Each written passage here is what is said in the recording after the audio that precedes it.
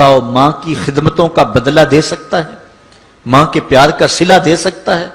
عرض کی گئی کہ میں اپنی ماں کو اپنے کندھوں پہ اٹھا کر کے حج کروایا ہے اور سائی اور کعبۃ اللہ کا طواف کرایا ہے، اور حالت یہ تھی کہ اگر چٹان کے اوپر گوشت کا ایک ٹکڑا ڈال دیا جاتا تو وہ بھی بھن کے کباب بن جاتا، اتنی گرمی کی شدت تھی۔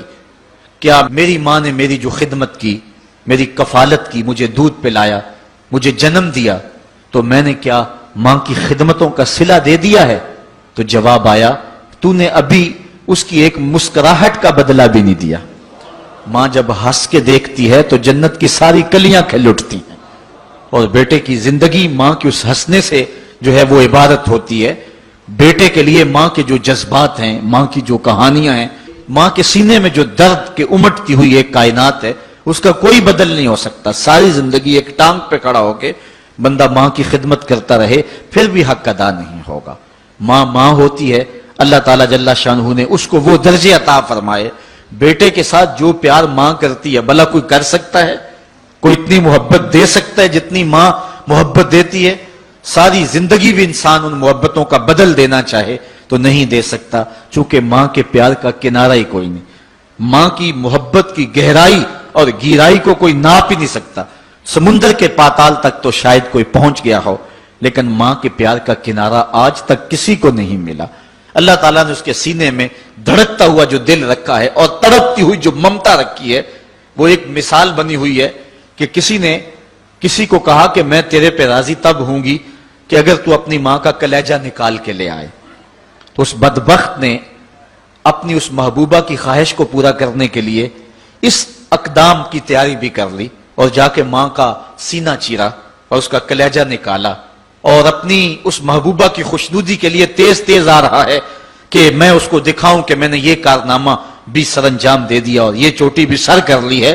تو تیزی سے آ رہا تھا، راستے میں ٹھوکر لگی، جب گرا تو کہتے ہیں ماں کے کلیجے سے آواز آئی پتر چوٹ تو نہیں آئی ہے؟ یہ ماں کے پیار کا روپ ہے، یہ ماں کی محبت کا انداز ہے۔ دنیا والوں، ماں کی قدر کو ضائع نہ کرنا، ماں کے پیار کو اور اس کی محبت کا صلہ دے تو نہیں سکتے، لیکن ساری زندگی ماں کی نوکری کرنا اور اپنے باپ کی زندگی کے اندر کبھی بھی نافرمانی نہ کرنا، یہ سعادت مندی اور خوش نصیبی ہوتی ہے۔ حضور نے منبر کی 3 سیڑھیوں پہ قدم رکھتے ہوئے آمین آمین کہا تھا، تو بعد میں پوچھا گیا حضور آپ نے ہر سیڑھی پہ قدم رکھتے ہوئے آمین کہا تو یہ کیا ماجرا تھا؟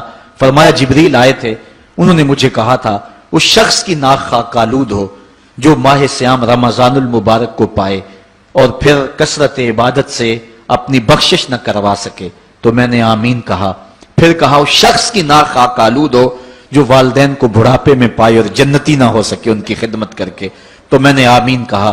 پھر جبریل نے کہا اس شخص کی ناک خاک آلود ہو جس کے سامنے آپ کا ذکر کیا جائے اور آپ پر درود نہ پڑے، تو میں نے آمین کہا۔ تو وہ شخص کتنا بد نصیب ہے جو والدین کو ناراض کر لیتا ہے۔ میں کہتا ہوں ساری کائنات ماں کے قدموں تلے ہے، بلکہ میرے محبوب نے جنت کو ماں کے قدموں تلے قرار دیا۔ الجنت تحت اقدام الامہات، جنت ماں کے قدموں تلے ہیں۔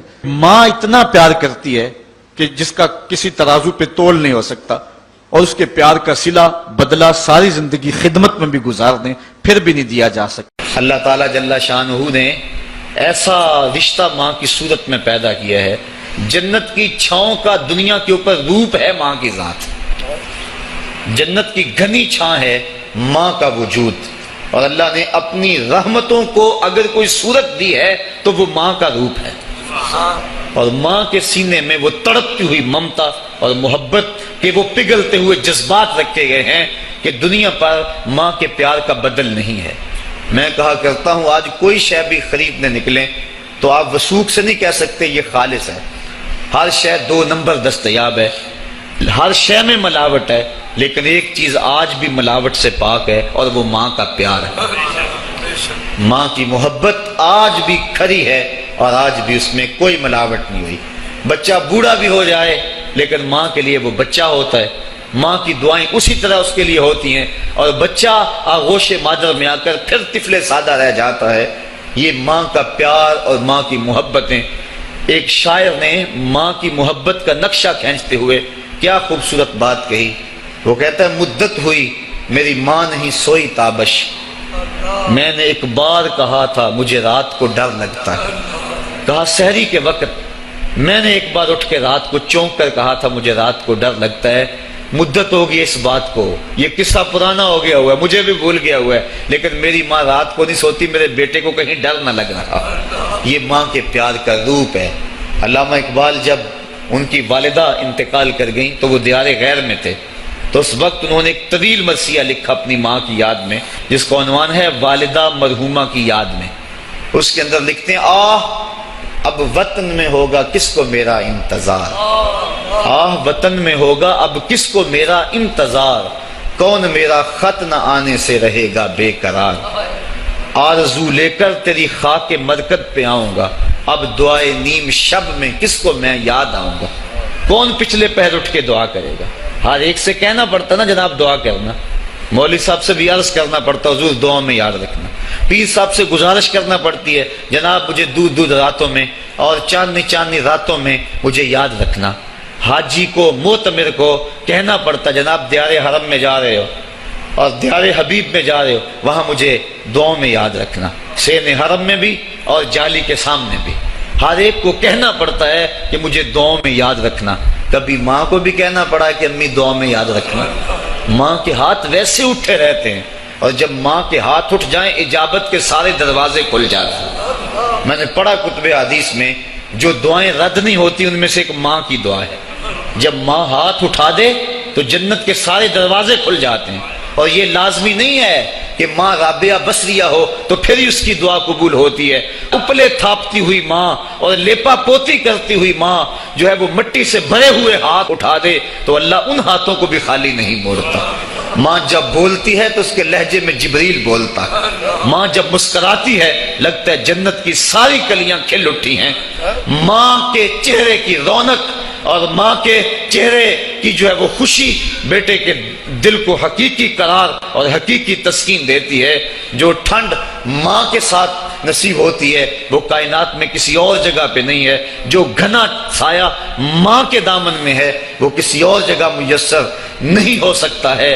وہ کیا کہا تھا کسی نے کہ 5 اسٹار ہوٹلوں میں کھانا کھانے میں وہ لذت کہاں جو چولہے پر بیٹھ کے ماں کے ہاتھوں سے پکی ہوئی چپاتیاں کھانے میں آتا ہے. عالی جناب حضرت صاحب کیا کیا اسٹیٹ سیکرٹری نام لیتے ہیں، لیکن وہ لطف کہاں جو ماں اوئے ببلو اوئے پپو اور اوئے مٹھو کہہ کے پکارتی ہے.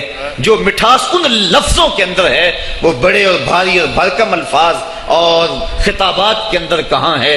اونچی کرسی پہ بیٹھنے کا وہ لطف نہیں ہے جو ماں کے قدموں میں بیٹھنے کا ہے.